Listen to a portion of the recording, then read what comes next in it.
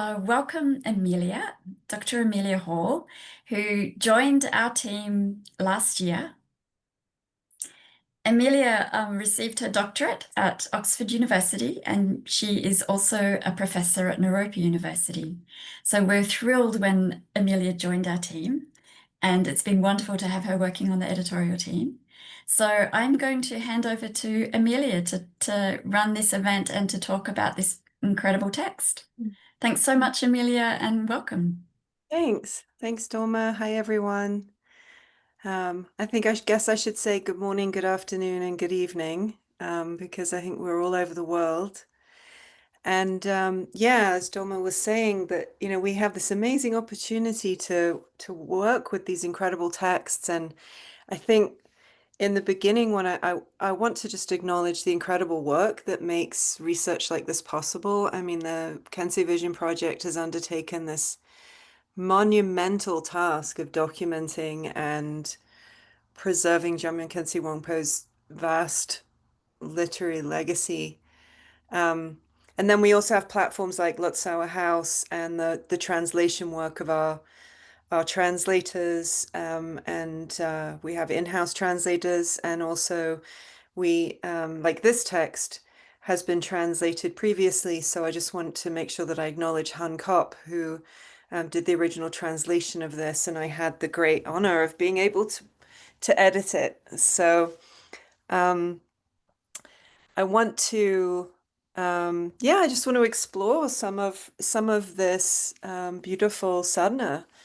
And I think what also draws, there's a lot of reasons that draw me to this sadhana, but it's also exemplifies kind of something, I guess I would call it texts on the edges. So you have these practices that are there alongside great philosophical treatises and major cycles, but then we have texts like this, which are also serving community needs.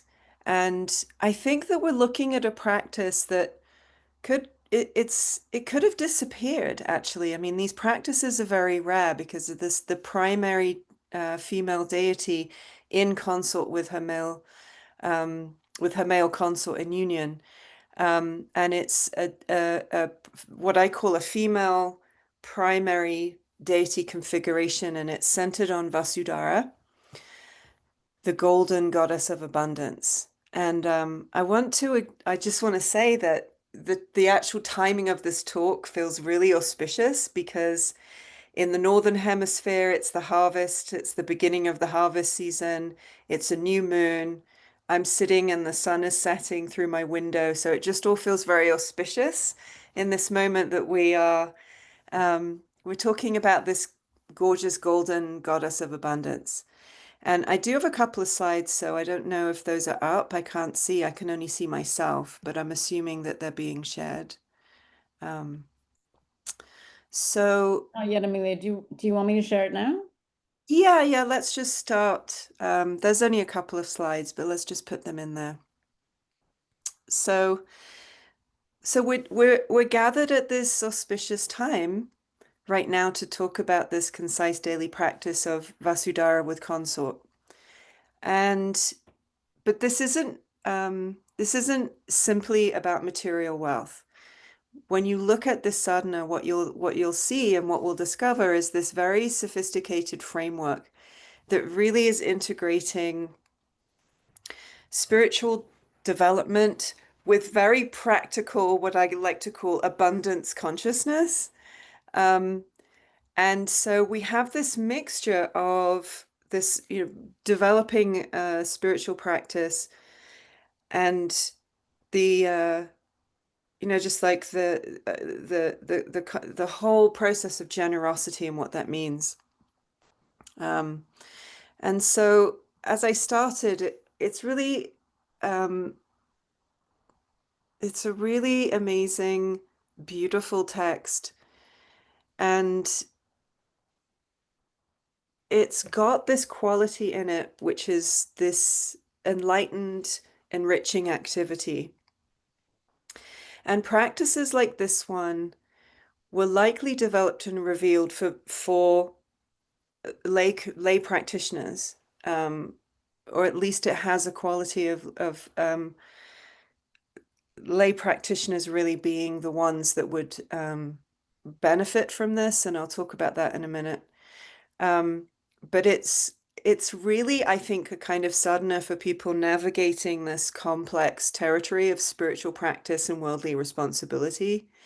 And then the other part of this that is really amazing, actually, and very rare, is that the configuration, which we're normally used to, the yab yum, which is the sort of father-mother configuration, and this one is a yum yab, where the female deity takes the primary position with the male deity in a supporting role.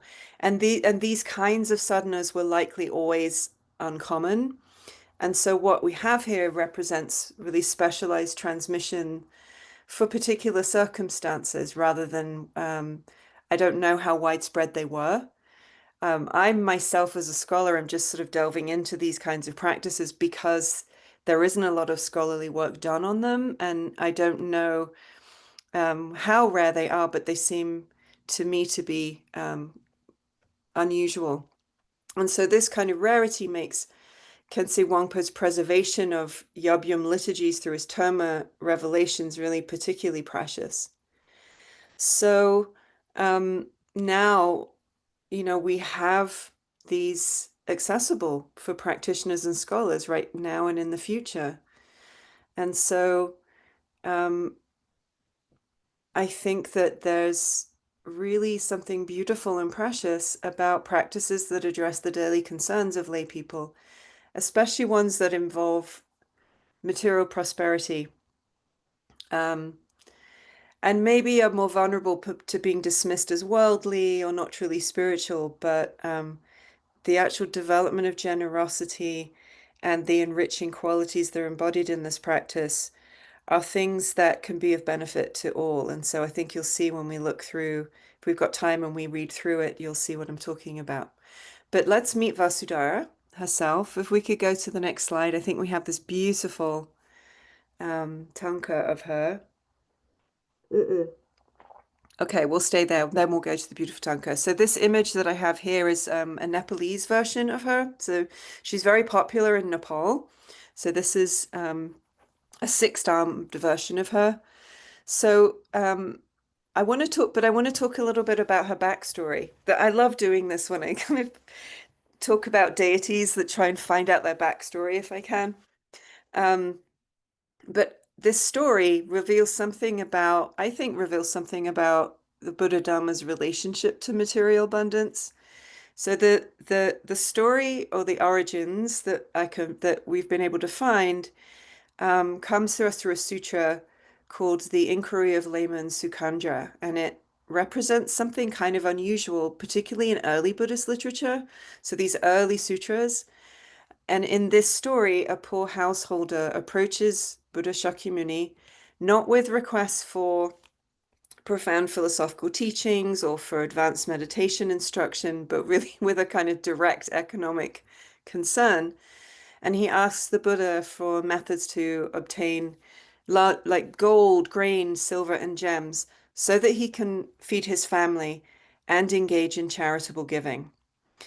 And the Buddha's response was, rather than redirecting this request into a spiritual concern, teaches the Vasudhārā practice. But I want to point out this isn't kind of prosperity theology here. The Buddha's teaching is really recognizing something very crucial, that practitioners require material foundations for effective Dharma engagement. You can't practice generosity without any resources to give, and you can't maintain practice if you're desperate for survival. So it's really pointing to the idea of wealth as something which is a support and which can be given in the spirit of generosity.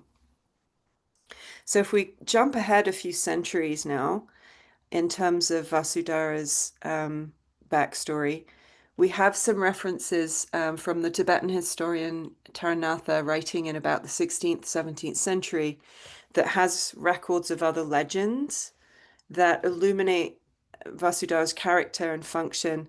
So in one account, Vasudhāra grants a monk 300 pearl necklaces every day, along with a stream of buyers for them.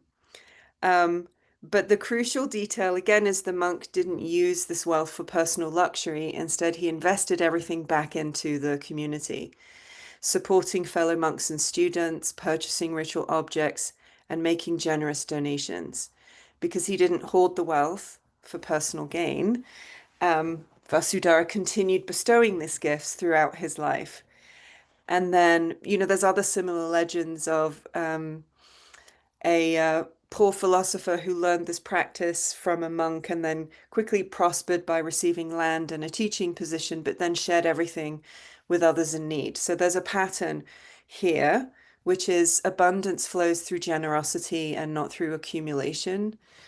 The wealth isn't about building personal security or luxury, but the enabling of greater service and benefit for all beings.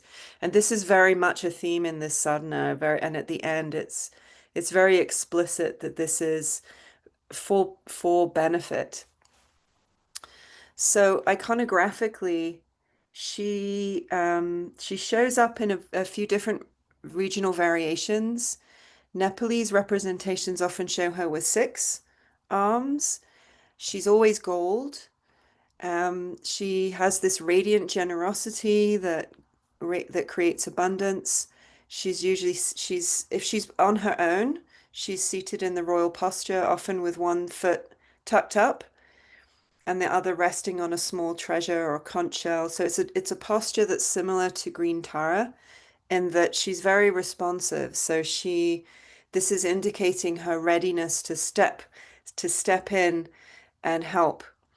So, and when you look at her hands and implements, there's a few different things. Her right hand is typically making a mudra of granting wishes, and the other hands hold objects that span the spectrum from, there's agricultural symbols like sheaves of grain, wisdom symbols like sacred texts, fruits, treasure vases, but all these things representing material prosperity. I think it's important to say that she can also sometimes be associated with yellow or gold Tara. And so then that places her within this sort of systematic organization of the 21 Taras.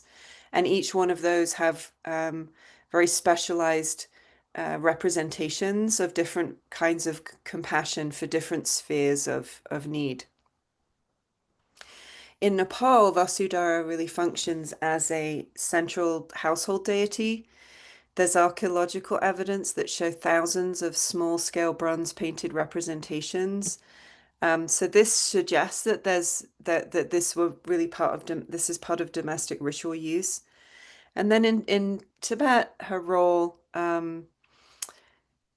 is slightly different, but I think it still retains somewhat of that lay practitioner as opposed to monastic practice and household communities. So I think in monastic institutions or systems, maybe these practices were preserved, but often focusing more on merit accumulation and wisdom development rather than material prosperity. I don't know. This is something that I'm still looking into as a scholar. So you're getting the very rough questions and things that I'm exploring in this talk. So if you go to the next slide, I think it should have, yeah. So I want to talk a little bit about this because this quality of enriching that she represents, which is part of a kind of Buddhist operational framework, and to really understand Vasudhāra, it's helpful to understand the framework of the 4 enlightened activities.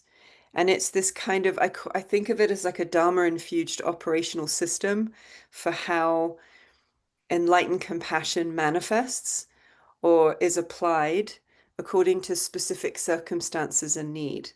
So I know we're all practitioners here, but because I don't know everybody, I'm not assuming that everybody knows all of these things. So If you do know about these, just bear with me, but I feel like it's important to make sure that everyone knows what we're talking about. So these 4 enlightened activities are pacifying.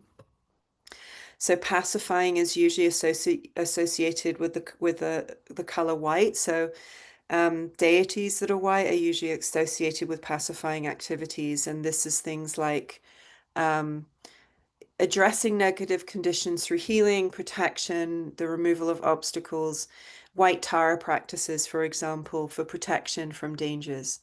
So they can heal afflictions and create protective environments for spiritual development.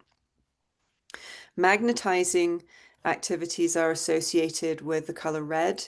So you have red deities, manifestations, practices. There's all kinds of practices that tap into these enlightened activities. Magnetizing creates an attractive force to gather and magnetize beneficial circumstances, not in a kind of manipulative way, but methods to draw in conditions that support attracting sincere students to qualified teachers, gathering resources that are needed for practice, cultivating supportive relationships and environments for spiritual development. And I'm not doing these necessarily in order because I'm leaving enriching to the last, but then we have destroying, sometimes it's subjugating, wrathful, and this is usually the color dark blue, very dark blue or black, and wrathful deities and wrathful practices that forcefully transform very stubborn obstacles through fierce intervention, fiercely compassionate intervention.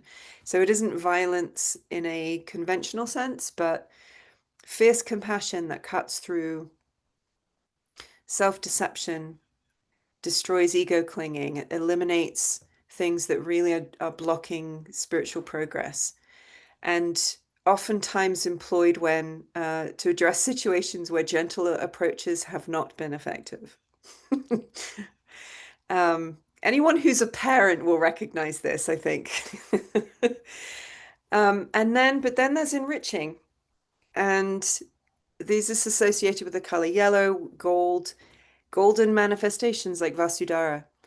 And enriching activities actively generate abundance. So it's not simply removing obstacles or transforming things, but enriching activity is this generation of abundance. And you can think of all of these activities operating simultaneously in sort of interconnected ways across and within multiple levels. So you may be familiar with this convention in Tibetan Buddhism of outer, inner, and secret.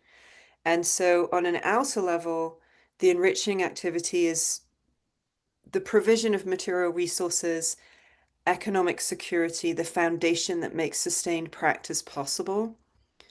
And then on an inner level, there's the increase of positive karmic accumulation through generous action and conduct. So it grows the capacity for beneficial action through increased resources and capabilities.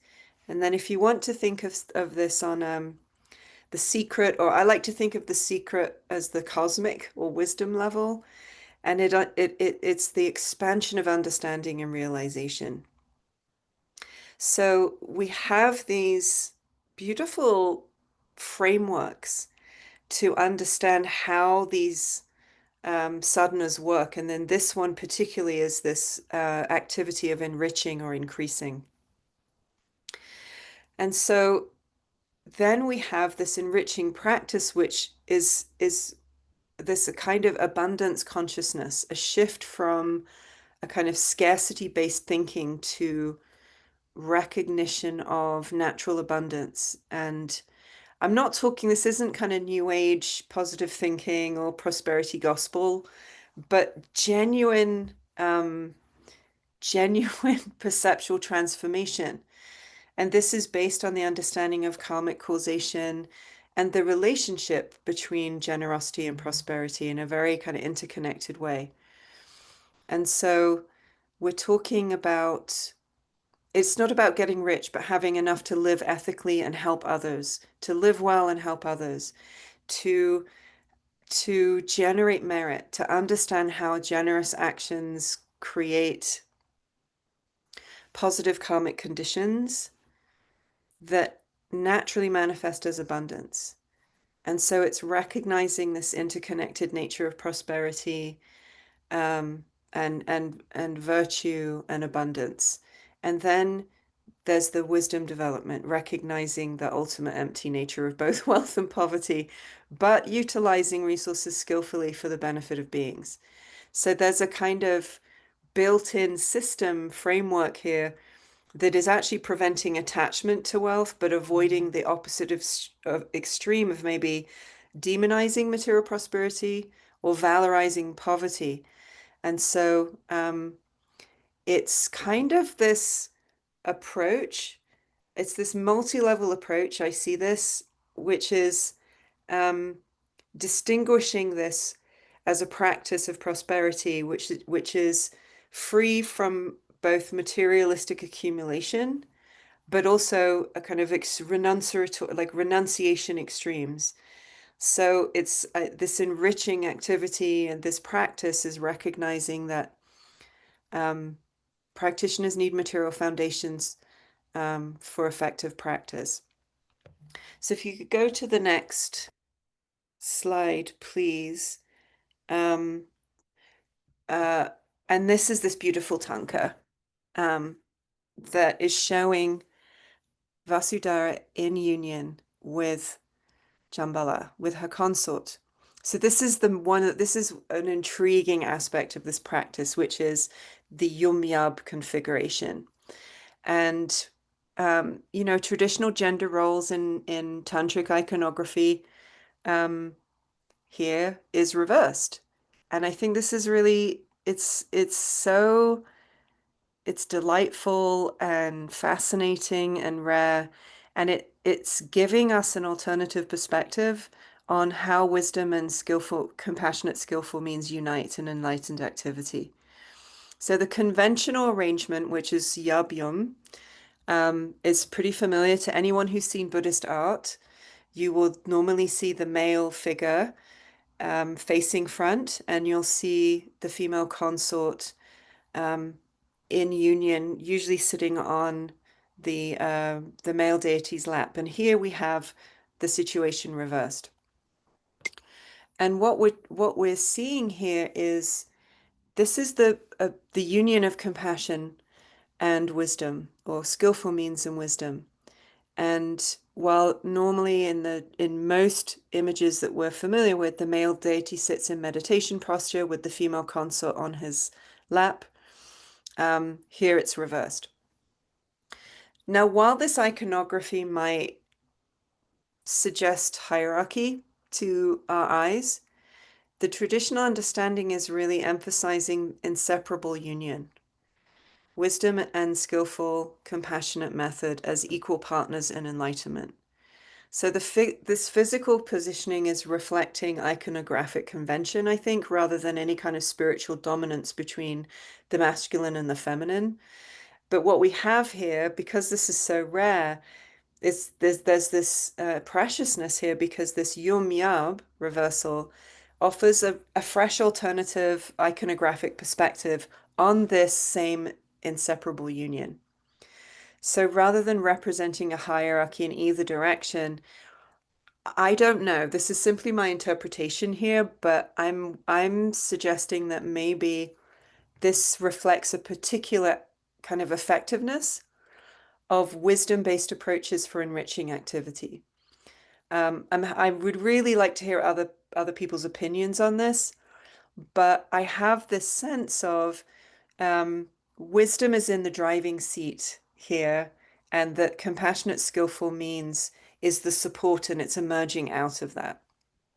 So I want to look at some specific details from the sādhana to just explore this a little bit. So I think the next slide has some of these quotes. So in the visualization sequence, Vasudhārā is established first. So she arises first. there's a line: from the meditative concentration of jewel-like clouds emanates the causal syllable Bam, so her syllable, which instantly transforms into the noble goddess Vasudhārā. So the text describes her golden color, royal posture, specific implements. So she's holding a sheaf of grain, she's granting wishes. It establishes her before the consort appears. And it's establishing this foundational expressive energy from which the entire practice unfolds. So only after her complete manifestation does Jambhala, or Zambhala, if you call him Zambhala, he emerges from her own radiance. So it says, emerging from her own radiance, the embodiment of supreme skillful means. So the phrase her own radiance is really fascinating here, because he appears as a manifestation of Vasudhāra's enlightened expressive energy, presenting wisdom as the source from which skillful means emerges, all within the context of inseparable union. But there's something about this that I think is really compelling, and that this is also reflected, I think, in the mantra sequences. So the mantras always have her first. Every invocation is beginning with Om Shri Vasudhari Jambhala Sa Parivara, consistently placing her name first. I think it's a prioritization, and I think it reflects the maybe this is reflecting a particular effectiveness of the wisdom-based approach for this specific activity, for this specific enlightened activity. So if you think of it this way, both Yab Yum and Yum Yab represent the same inseparable union of wisdom and compassionate, skillful means, but just as different tools work better for different tasks, maybe different enlightened activities emphasize certain aspects based on what proves most effective. And so for enriching practice, you have wisdom, which recognizes the nature, the interconnected nature of prosperity and generosity, and thus is a foundation from which skillful means can operate effectively. So again, this is my interpretation, but I'm really curious about what people think, because this is kind of what occurs to me, or when I read this, and it suggests something I think quite revolutionary about gender dynamics in Tantric Buddhism, which is, rather than fixed hierarchies, we find arrangements based on effectiveness for particular activities. So it isn't, I'm not seeing the Yum Yag configuration about feminine dominance in a conventional sense, any more that I see Yab Yum representing masculine dominance. I see them as skillful iconographic methods for emphasizing different operational approaches to the same union.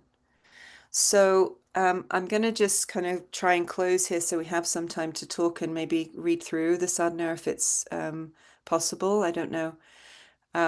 But I think these kinds of texts are so crucial. And I know that there are other texts in the collection that have, I don't know if there's more Vasudhāra ones, but I know there's some for Saraswati that have the same Yum Yab configuration.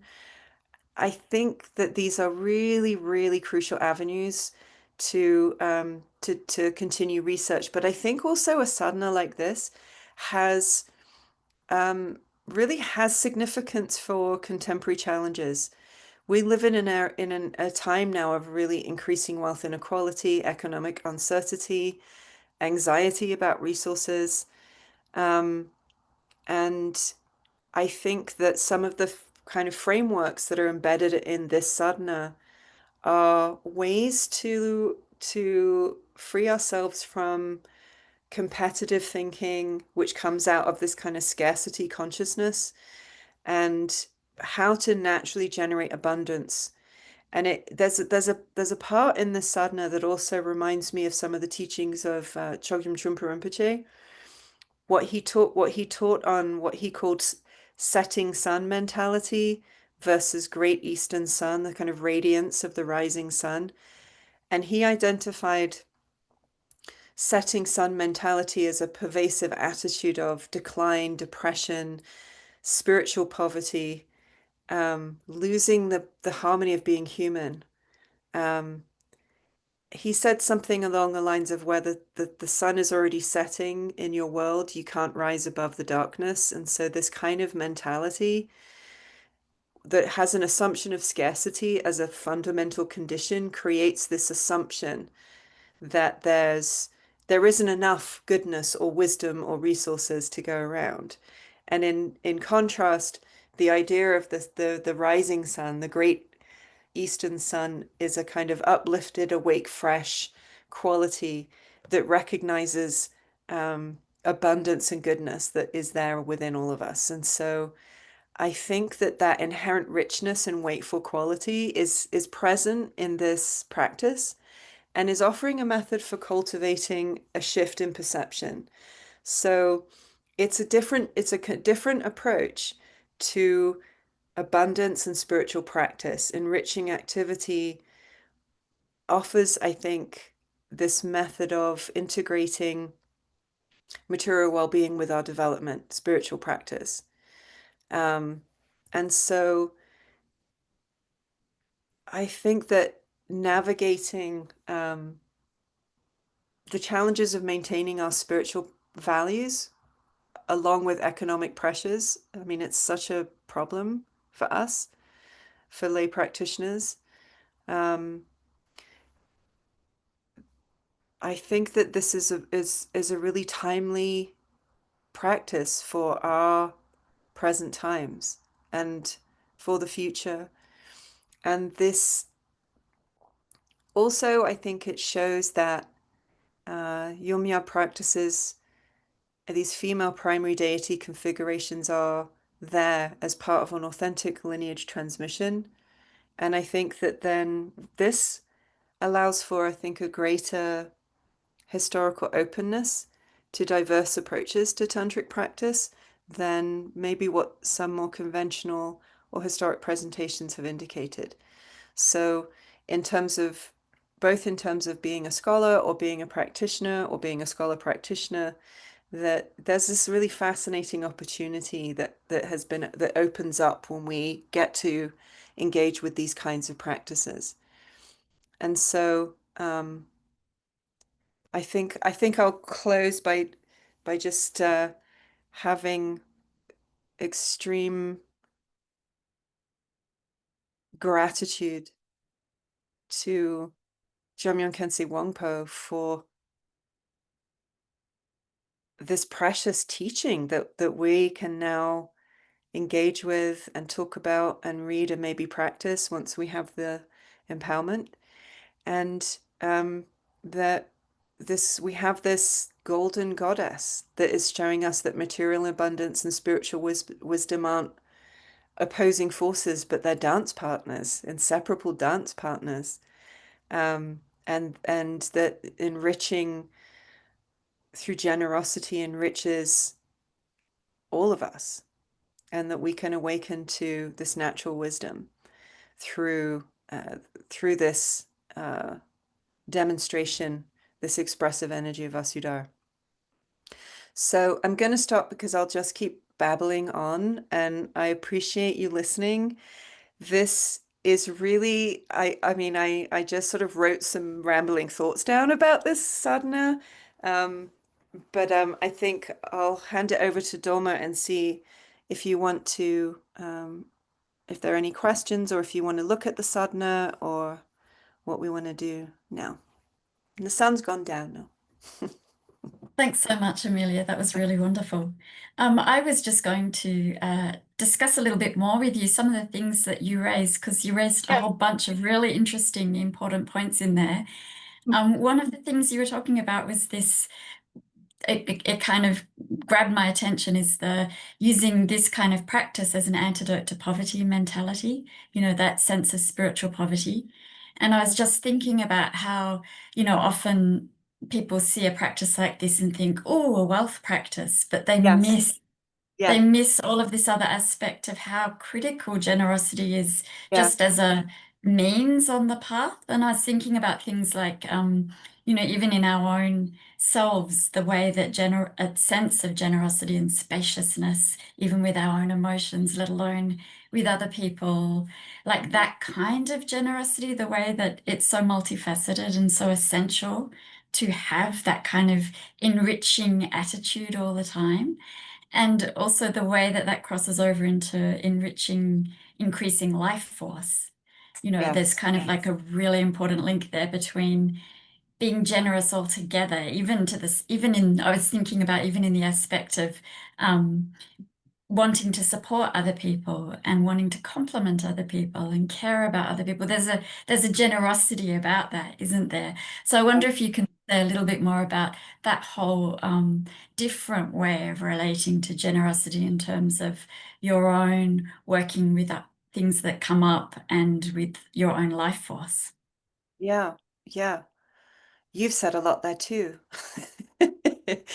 Um, yeah, I think again, I think it's normal or natural. Like we immediately, like we see wealth, fortune, prosperity practice, and there's an aspect of ourselves that are like, yes, because um, there's we nobody wants to have this. I mean, no, I shouldn't say nobody, but there is a sense of there's an immediate um, neediness or something that comes out, which is a kind of poverty, and that can be in so many different ways. But it's self-referential, and that's where attachment comes in, and then that's where suffering comes from. And so it goes back to very fundamental teachings of the Buddha, which is as soon as you start trying to thirst or grasp after something, and it's feeding um, some kind of self-grasping in whatever way. And so the practice of generosity in all of its manifestations is really trying to dislodge that, because otherwise it just leads to suffering in so many different ways. And this is what you see in this. It's like you're not asking her to grant wishes and wealth so that you can accumulate more, because that is just going to keep leading to suffering, whatever it is, health, wealth, another car, another house, whatever it is. It's you want to accumulate it in order to continue to benefit and give it away.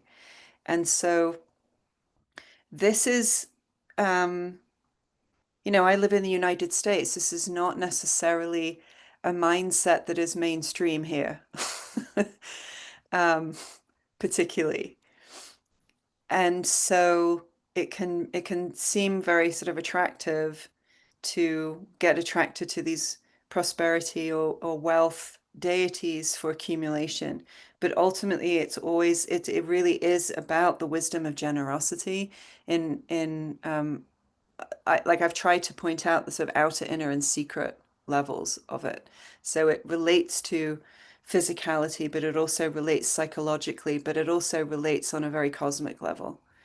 I don't know if that is, I don't know if there was a question, but it was more of a kind of response to what you were saying. Thank you.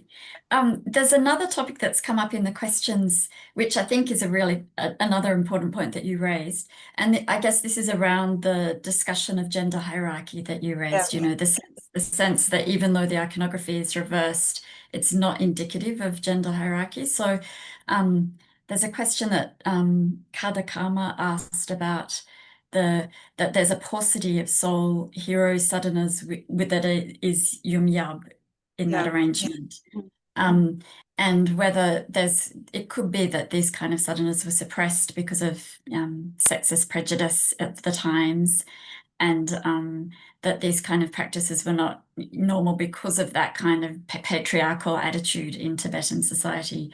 And one thing I was going to mention just about that, because I remember talking to Dzong's Khyentse Rinpoche about this at one point where he was saying that definitely Khyentse Wangpo was a little bit radical in Yeah. his time, Yeah. for discovering these kind of terms because they were unusual, and it was quite controversial to have the female deity depicted that way.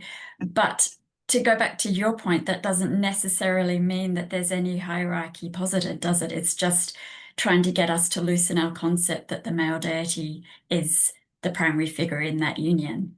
Yeah. Because Tibetans can only give us iconography that's 2D, so we're not able to kind of experience Yeah. both at the same time, right? So it's just a depiction aspect. Yeah. Can you say a little bit more about that, maybe? Yeah, I mean, this is, it's complicated because it's certainly, you can't deny the fact that, representations of female primacy in spiritual practice across all traditions is just, there's a paucity of it. And some of it is due to, I say on an outer level, patriarchy and male dominance. And then at the same time, within the tradition, like just taking the tradition of the Buddha Dharma, throughout different periods of time, you see examples of female practitioners from the very early time of the Buddha all the way through the development of the Mahayana, all the way through the development of the Mahayana.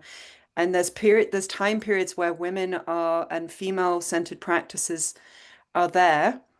And then once it becomes institutionalized in any kind of way, they start to disappear. So we can't know exactly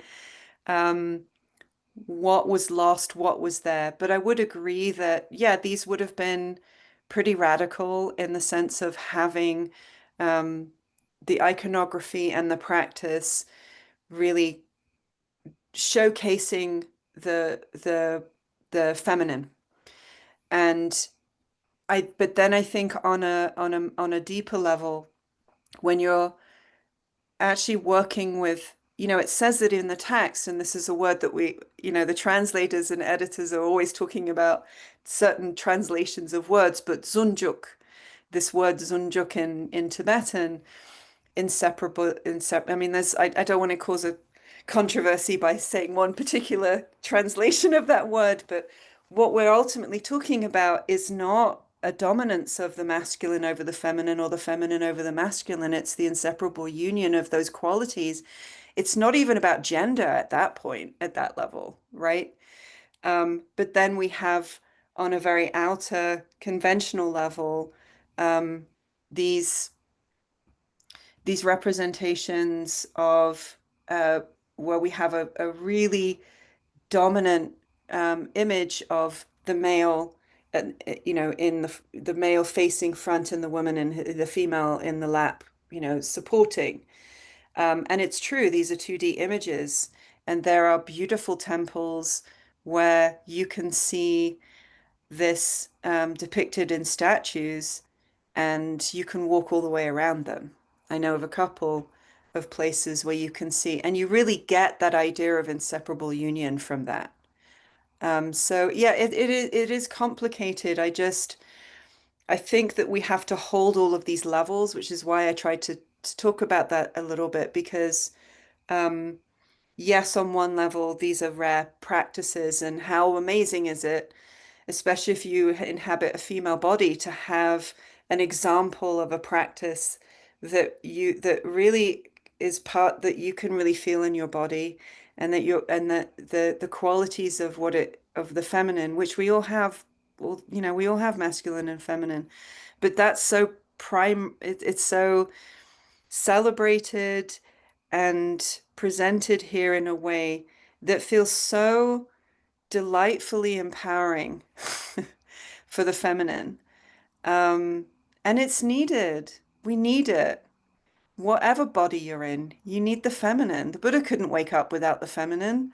Neither can we. So like I think that's where I'm coming from. I just don't want to get caught into a trap of now she's on top and I just don't want to get into that kind of dynamic. But I also want to really acknowledge that, yes, these are rare and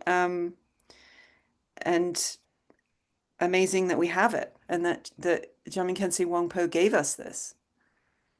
I think he knew what was going to happen in the future.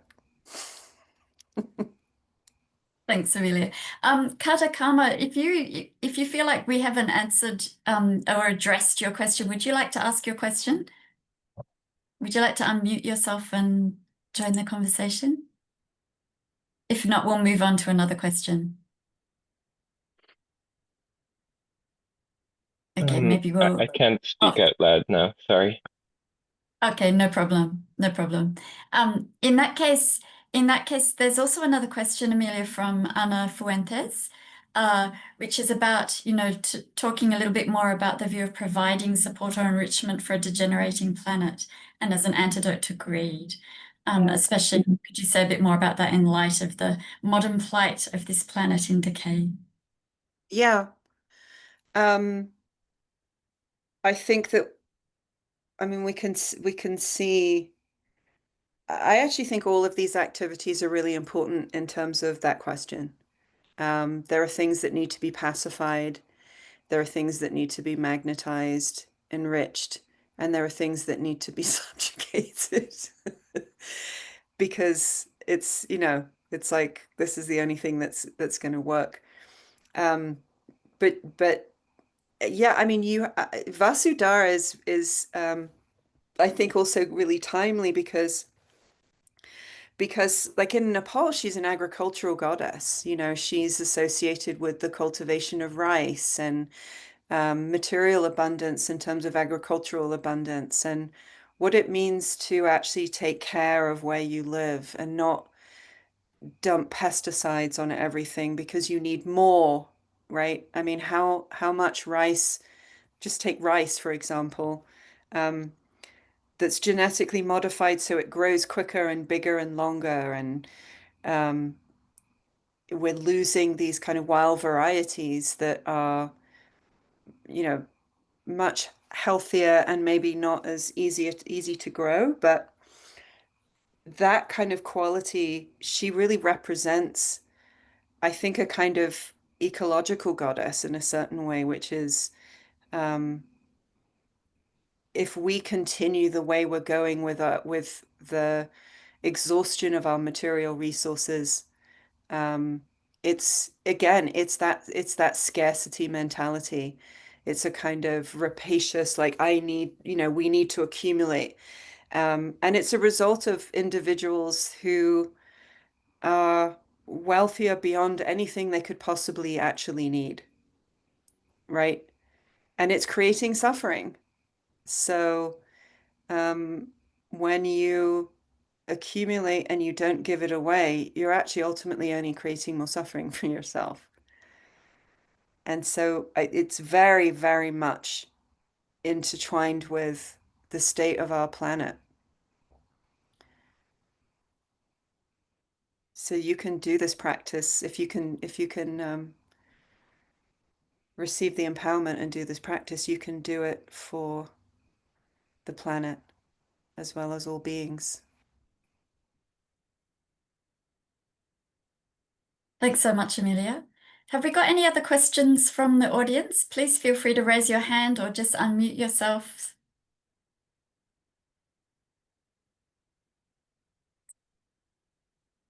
Are we able to record the chat as well so that I can see people's comments? Because when I start talking, I just kind of go off and I don't see what everyone has said. Is there a way we can Yes, copy? Yeah. the chat is recorded. Oh, great. Thank you. There was one translation question, Amelia, which was whether the rang can be translated as self-radiance rather than her own radiance. Yes. Yeah.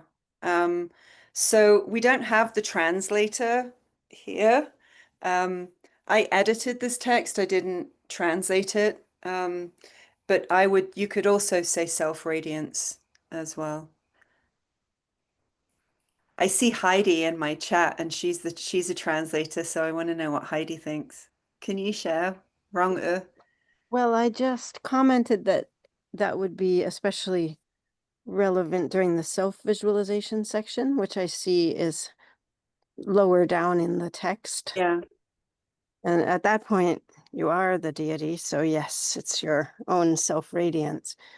But I would think that when it's a frontal visualization, it would be her, her own radiance, because at that point the deities are external or perceived as external to oneself.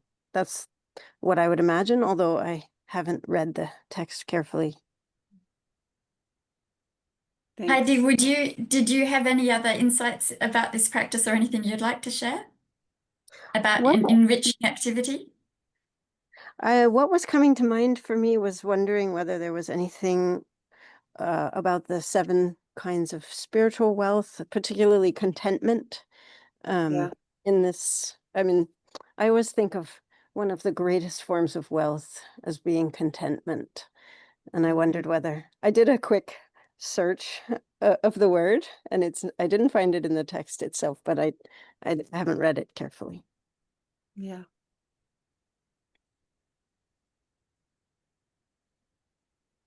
Is it there, or is it mostly focused on material wealth? It's not in that text. It doesn't have those traditional kind of 7 things. I think it's focused on prosperity. I mean, I feel like weird saying prosperity now because I keep thinking of all these, American prosperity preachers. And I was like, it's not that. But it is about having the resources to be able to provide for others. That's the thing that is the really strong theme for me that comes out of this sadhana. So Beautiful. yeah. Yeah, it seems like sorry, somebody spoke. Since you edited it, that means you have the loom. Is that correct? Well, I've got Dolma, do you want to speak to this? Yes, we we're in the process of getting all of the empowerments and lungs for the whole collection of Khyentse Wangpo. Rinpoche, in the meantime, has said to us that he has empowered us to go ahead and work on these texts without necessarily getting the Wangs and Lungs. So he's basically empowered us and permitted us and given us that authority to go ahead and work on these texts with the understanding that we will be getting them from Rinpoche very, very soon. So some of these we've received and some of these we haven't received yet, but we will, I think the promise was that we will be absolutely receiving all of them in the next 10 years. And with that in mind, then we can work on them, because I think if we wait until we receive the lung for all of the texts that we're doing and receive the impounds, then it just won't necessarily happen. So this is the way that Rinpoche's requested us to work on this collection. But no, the reason I was asking was, have you received the lung of this for this particular wand? Okay, no, because Gourmet, OT's translator said that anyone who's received the lung can give it to anyone else. So I was just hoping you had received the lung and that you could read it to us and we would have the lung. I think probably neither one. I'm not sure if there's anyone here who's received the lung, and probably better anyway for your benefit to get it from a qualified teacher. So I would definitely recommend requesting the empowerment and the lung whenever you can, whenever you're with a qualified teacher who has that empowerment and lung themselves. Because this is such an extraordinary practice, and it's so simple and so poetic and beautiful, beautifully translated, beautifully edited. And she's such a magnetizing deity and such a beautiful, I mean, I certainly personally have a strong desire to practice it. I know that Amelia does too. I'm sure half our team does. So we'll be joining your requests in receiving this empowerment and lung as soon as possible. So please make strong aspirations to do so. Yeah. Okay, thanks. If there aren't any more questions, maybe we can wrap up the session then. But before we do that, I wanted to let everybody know that we will have a follow-up session on this text again with the translator and with Arne Schelling, who's our research coordinator. And this is happening next weekend. So it's on the 31st.